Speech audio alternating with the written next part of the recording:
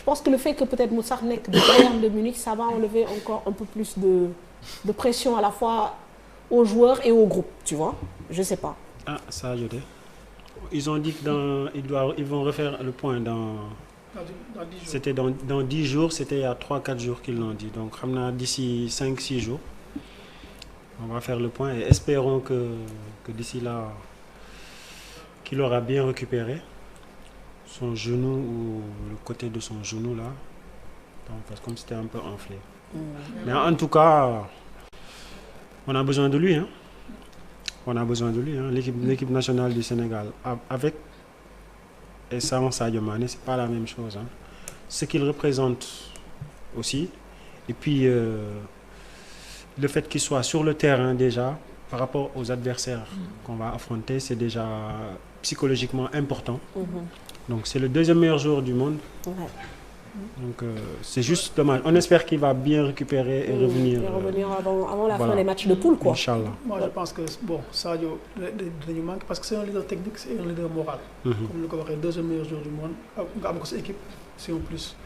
Donc maintenant bu ñu xam nañ ne peut-être ne sera pas apte. Il faut ñu adapté wu jox responsabilité yeneen joueurs yi ñu fi nekk parce que il faut que ñu xam ne tamit football noonu la daal tout le temps day am ay moments.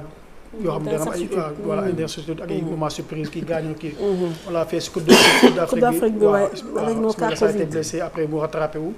donc nañ ñaan tamit peut-être Sadio peut se rattraper pour ñu génnee deuxième tour wala troisième match on sait pas. mais je pense que une équipe nationale sans Sadio Mané aussi ça peut avoir ses conséquences. Voilà. mais man dama jàpp ne Sadio ci coupe du monde. quel que soit Alpha c'est que li ma gis mooy.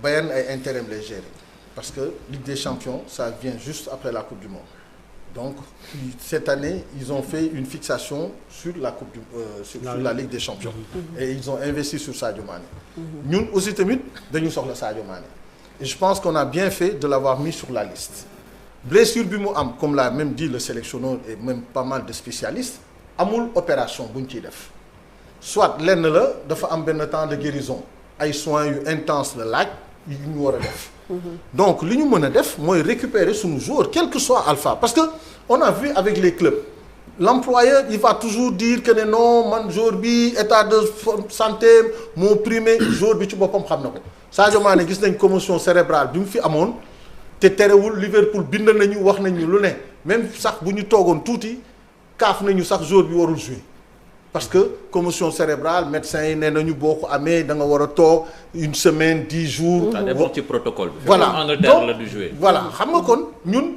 loolu génn nañ ci étape boobu. ak moom Sadio ba yegg ba dem ba final. ba gagné.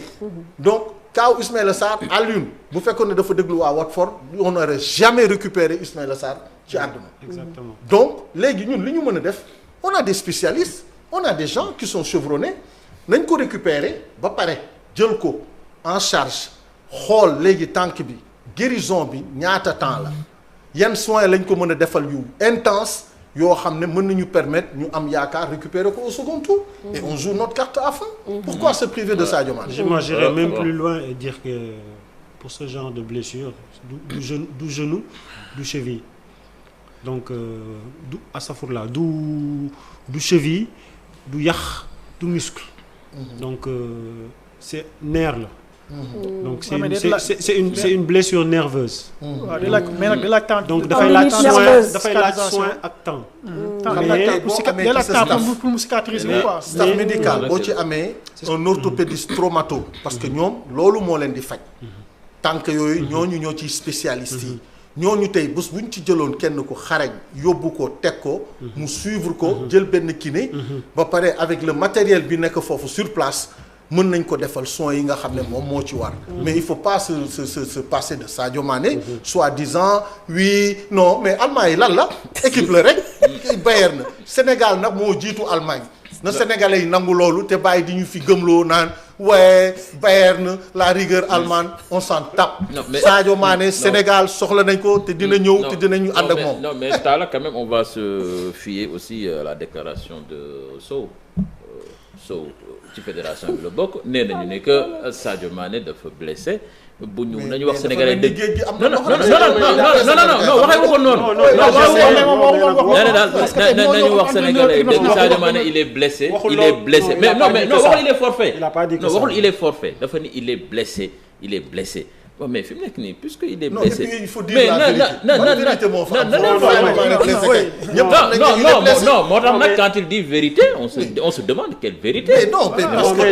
mais Cheikh Tidiane on a mal interprété li mu wax moom ce qu'il voulait juste dire que nañu concentrer aussi yeneen joueurs yi fi mais c'est bien sûr le temps que Sadio ñëw mais c'est ça mais le temps que Sadio ñëw mais xamuñu kañ lay ñëw.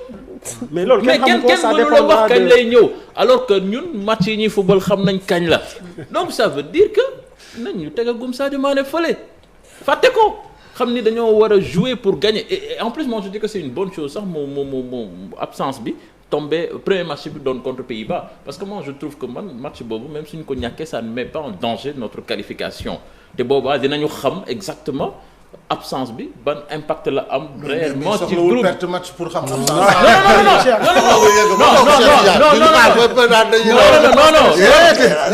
non Sadio Mané non waxee mu foofu de notre capacité offensive. mais yow tey jii xamoo ba coach bi lan lay teg pour remplacer ko. mais lan lañ fa am yeneen possibilité non mais nag li muy teg la ñuy xool est-ce que li mu teg nii ça tient la route ou pas. Non, et loolu tant que match bi jéeguñ ko on ne peut pas le savoir. mais attends entraîneur des solutions Ismaïla Sarr et Crépin sur les côtés leneen lañ fa am. waaw maintenant on va voir ce que ça va donner. loolu li ngay wax ni c'est sur le papier. ñun on va voir ce que ça va donner sur le terrain. Est-ce que ça tient la route? Mais si ça ne tient pas la route il va falloir changer. mais naa la wax beneen exemple. Coupe du monde. Tigana bi muy dugg ci équipe de France dafa fekkoon Platini am carton. milieu terrain boobu bokk ci woon. Il a fallu qu'il fasse un très bon match Tigana daa di ñëw Hidalgo changer son système de jeu daa di def 4-4-2 di jouer loo devant Lacombe ak Rocheteau milieu terrain mu teg Djendjini Giresse Tigana Platini et parce que la France a changé et s'est adaptée par rapport à la présence de Tigana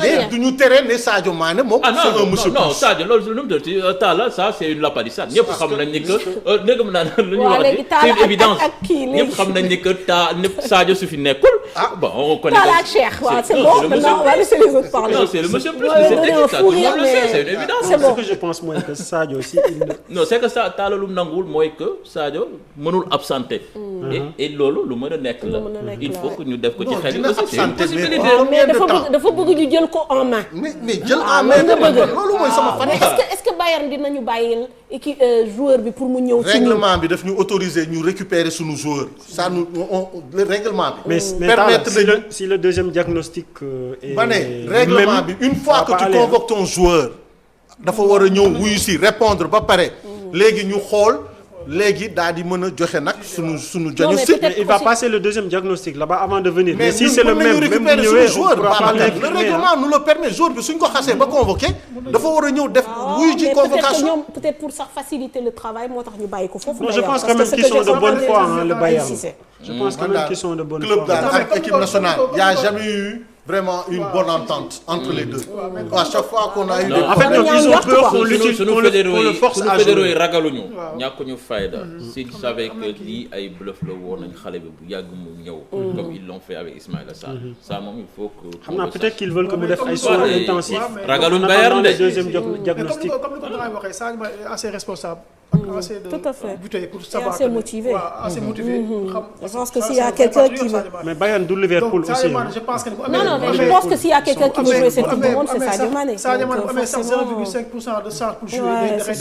il va jouer. Ils ont été gentleman ci communiqué bi ñu def ñoom Bayern communiqué bi ñu def ils ont été très gentleman. gis nga contrairement à l'équipe.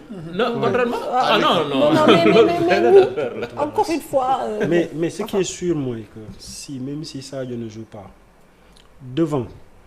On a les joueurs qui peuvent jouer. Maintenant, comment l'équipe va se comporter psychologiquement et tout ça, sans Sadio.